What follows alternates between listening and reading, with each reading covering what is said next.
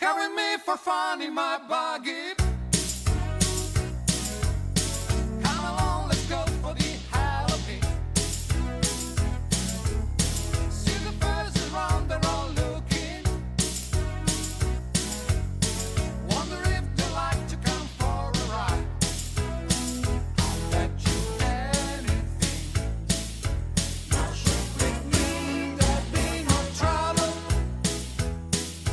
Troubles around, but you'll never ever get away. Never ever get away. Today we will talk about the journey from Oslo towards Alesund. We will drive about 550 kilometers and we will end up about 200 kilometers from Alesund. We will be wild camping for 3 nights. We will visit open air museum, see sheep, goats and man cutting his roof.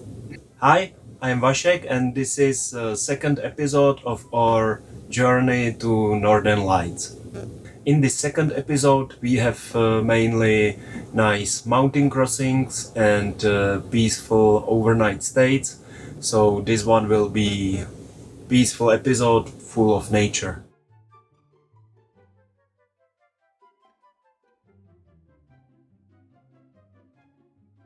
But I can promise you that the next time there will be enough adventure, almost too much. To quickly recap, on our journey to Northern Lights, we drive through Scandinavia to the very north of Norway, and then we do a return trip to Czech Republic through Finland, Baltic states and Poland. There are 5 of us, 2 adults and 3 kids. We will cover this whole journey on our channel, so if you are interested how did we do, join us. This second episode turned out to be a little bit longer than I expected, so I will not include Handyman's Corner. In the first episode I spoke there about gas bombs in Norway and Finland and how we did with them, but in the next episode I will definitely include it and we will discuss data, SIM cards, Wi-Fi's and stuff and how we were fighting with that.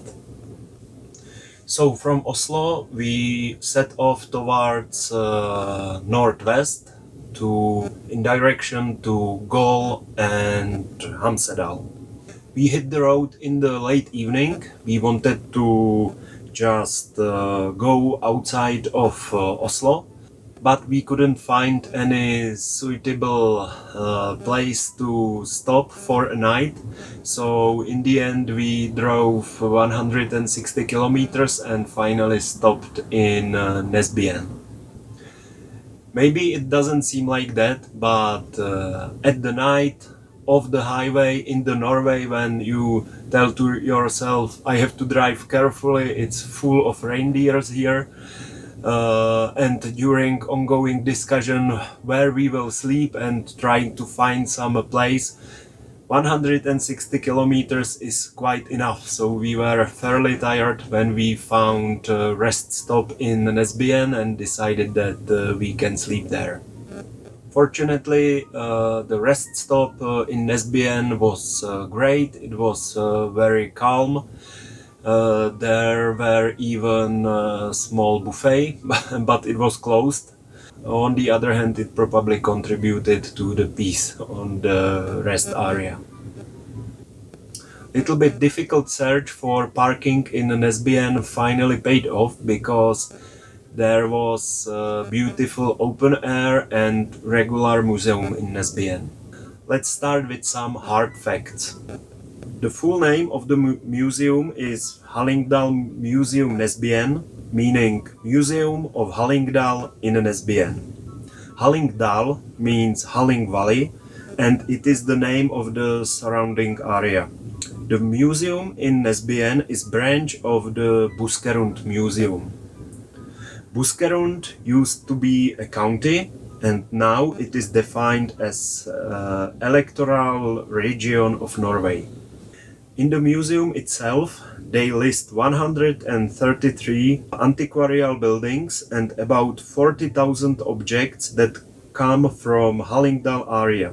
Those are utility objects, clothing, textiles, art and archival materials that cover the period from the Middle Ages up to 20th century. They also have some really interesting exhibits there, including a log house that was transported from North Dakota in 1996, where it was built in 1882 by a Norwegian immigrant from Hallingdal named Ole Svensson Skrattegard.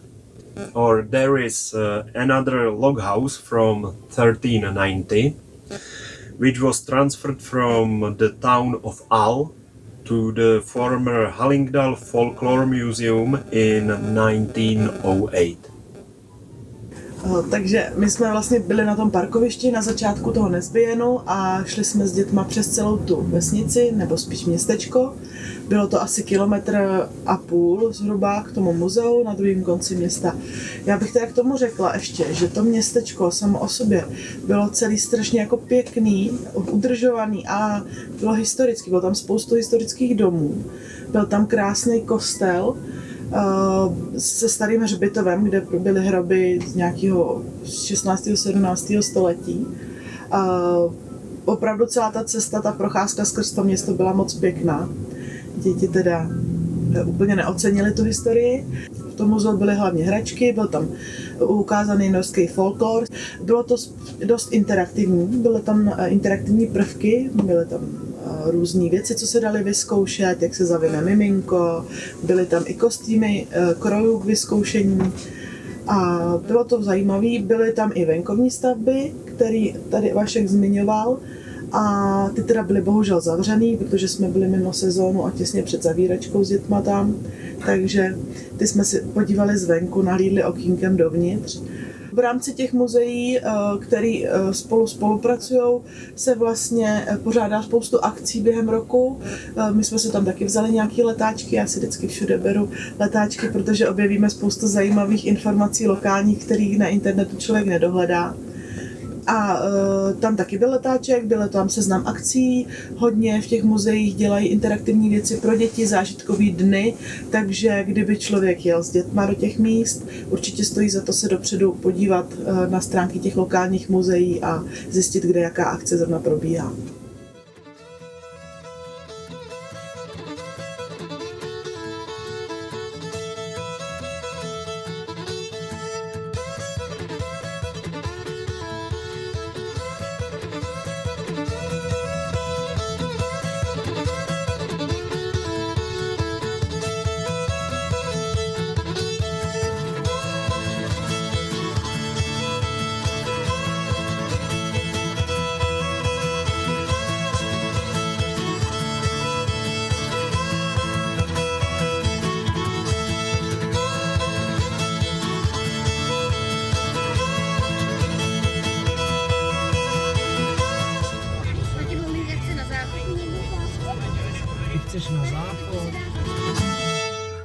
After visiting a museum, we set off from Nesbyen to Hallingdal.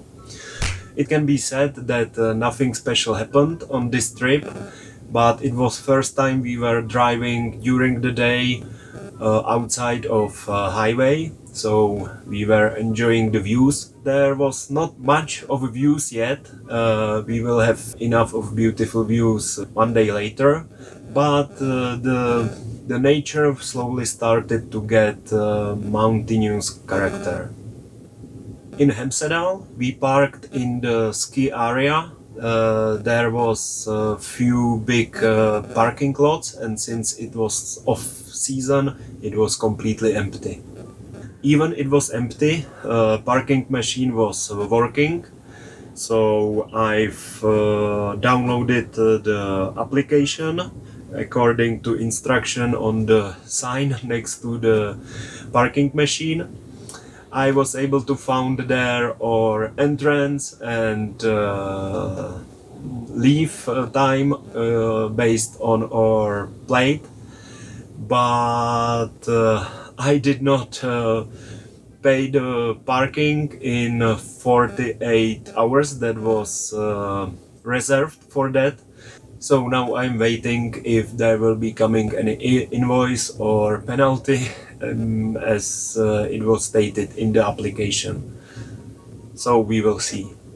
In the morning we slept over on the parking lot, and in the morning we were not in a hurry.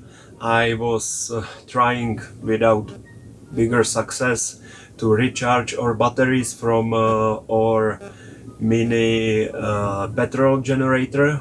We carry this one to have some last change of recharging in case we drain our all batteries. Tak dneska jsme přespali v Hemsedalu na takovém velkém parkovišti. Je asi placený, ale to se dozvím až z aplikace, kam jsem se přihlásil přes značku. Teďka míříme z Osla tak směrem na Bergen, ale dneska přejedeme tamhle ty kopce a namíříme to směrem na Alesund. Tam bychom, dneska je sobota ráno, uvidíme, jestli tam dojedeme v neděli nebo až v pondělí. Tam bychom chtěli pár dnů zakotvit někde v kempu nebo na nějakým lepším stání. Tak uvidíme, jak se nám povede. Měli by nás dneska čekat nějaký šotolinové cesty, tak jsem zvědav, jak to dopadne. Ty si, Vašku, jistý, že chceš jet tou horskou vesničkou, že je to dobrý nápad? Vesničkou. Teda silničkou. Jistě, je to dobrý nápad a náš caravan to vydrží, proto jsme si kupovali terénní vůz, abychom mohli zažít nějaké dobrodružství. Uvědomuješ si, že ti pak budu říkat, já jsem ti to Budeš říkat, i když bude všechno v pořádku. After that, we were preparing to cross mountains to the parallel valley on the road named Likiavegen, which means something like path to happiness. Before we went on this tourist bag, meaning tourist road, we stopped in Hamsedal in Campers Service Center. We refilled their fresh water and flushed grey water and toilet. It was for free, as on many places in Norway, and we also refueled there in automated gas station, but obviously this was not for free. Já to tam nesmím tolik strkat. Se to odráží od stěny zpátky.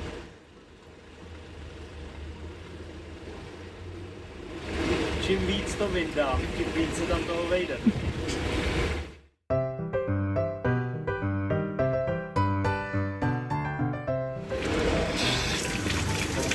Takhle to vypadá, když je to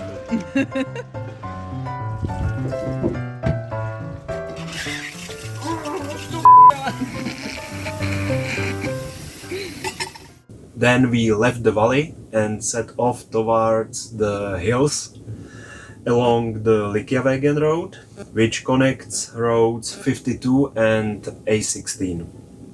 Roughly the first half of the road was asphalted, and although it was narrow and windy, it was quite easy to drive on.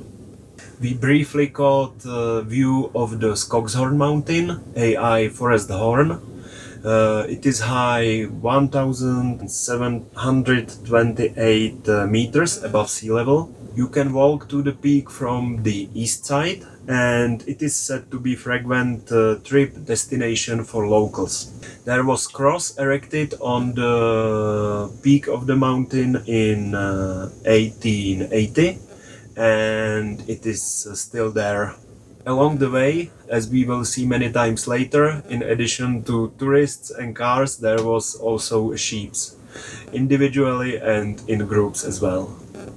After a few more kilometers, asphalted road ended and dirt road began.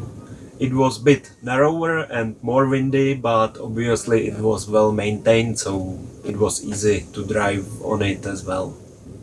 We were a little bit worried that the road is not suitable to drive on it with caravan, and that we will soon end up on someone's backyard and that the road will end, but this mistake was cleared out by oncoming bus that we avoided carefully but with no problem, so it calmed us down a little bit that the road actually leads somewhere.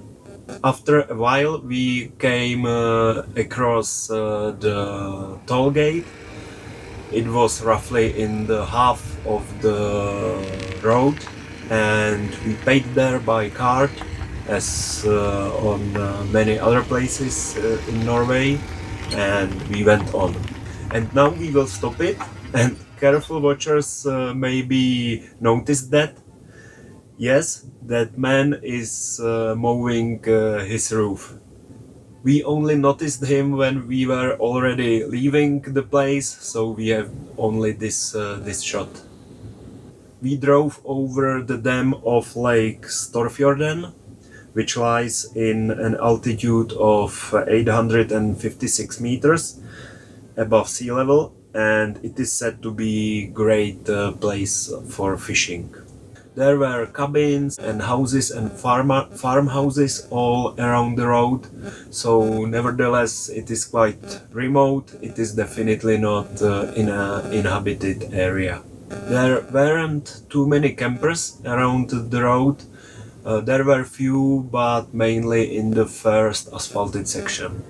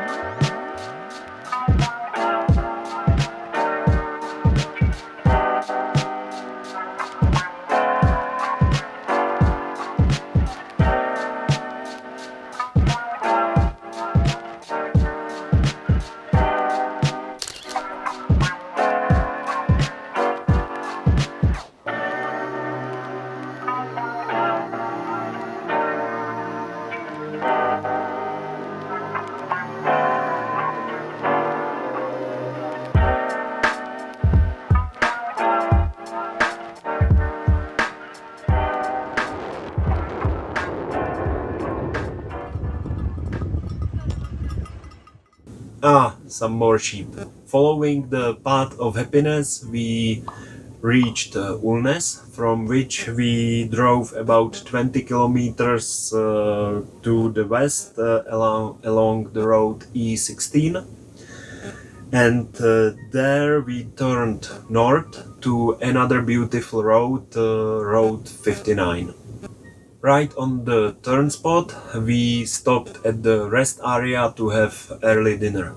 Coincidentally, we stopped not far from the Lommen Stavkirke church, which means Stave church in Lommen.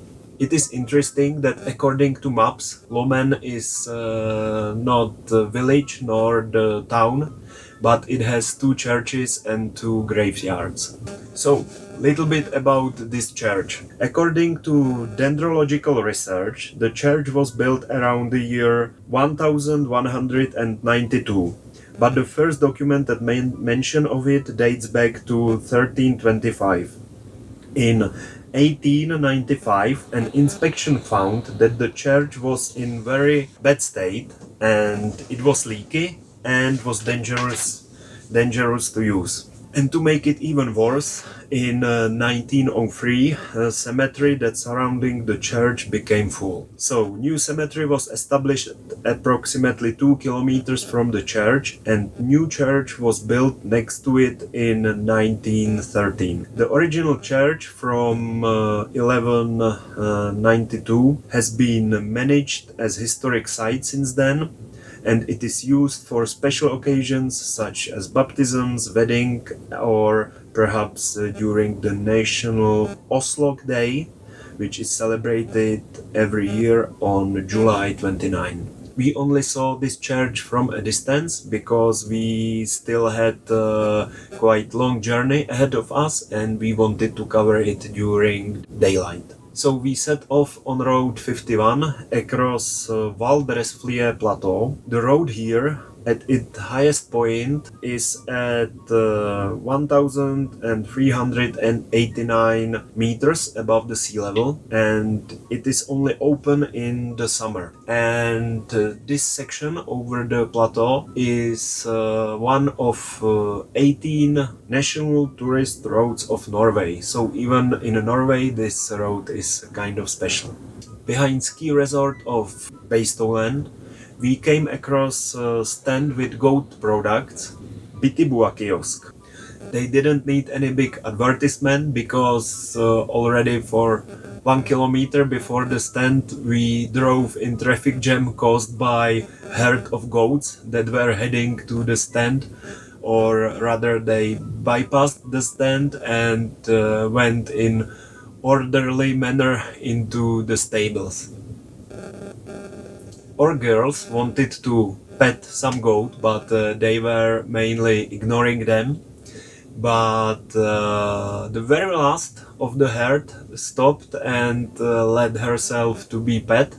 And this one was extra petting because girls were playing with the goat for about 10 or 15 minutes, and when they lost interest, the goat just went to another family with small kid and it was petted again. In the kiosk they had all kinds of local specialties, from goat milk and cheeses through dried meat and local pastries to grilled fish. Children bought popsicles, those were probably not locally made, and I bought goat salami. And there is interesting story to this salami, because originally I bought it to bring it home as a present, but it met a completely different fate. I think I finished it in Helsinki. For a while I was thinking that I will bring home at least half of it, but it was stronger than me. It was excellent, it was dry but not hard, and it smelled wonderfully.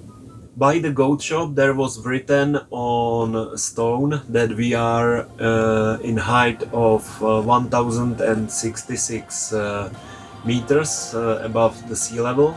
So when we set off further to the plateau of Val d'Resflier, we had to climb up another 300 meters in altitude.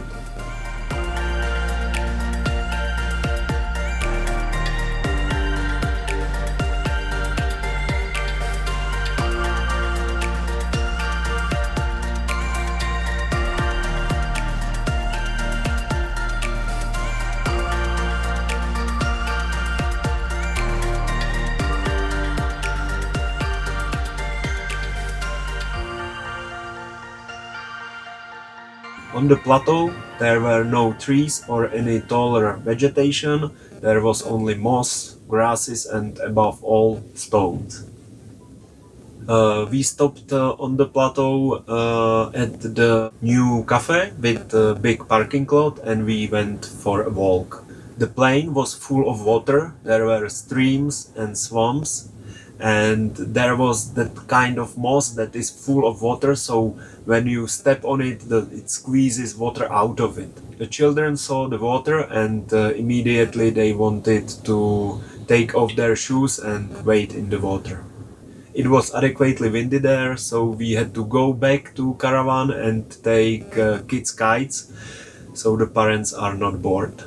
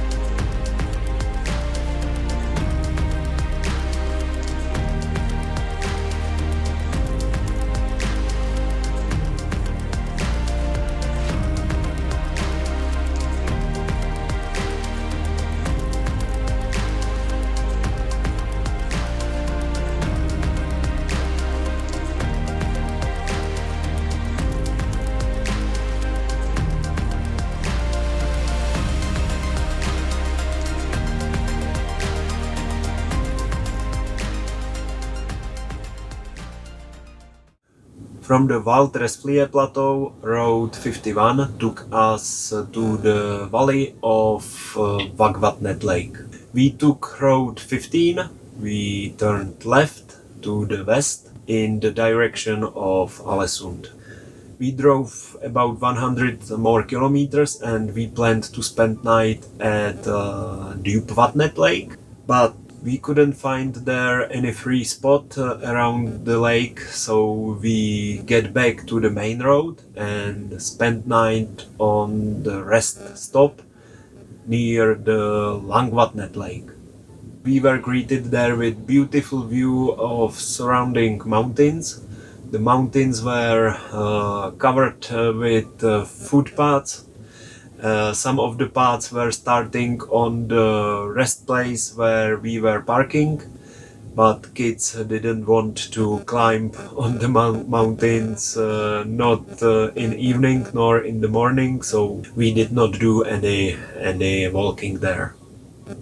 So we slept on the rest stop and next day we set off towards Alesund. Ahead of us there were many tunnels, ferry crossing, but also a lot of inconveniences.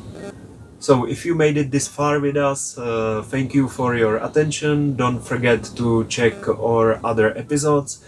We are trying to add them as often as possible. Hopefully, time to time there is also something interesting in them. So thank you and goodbye.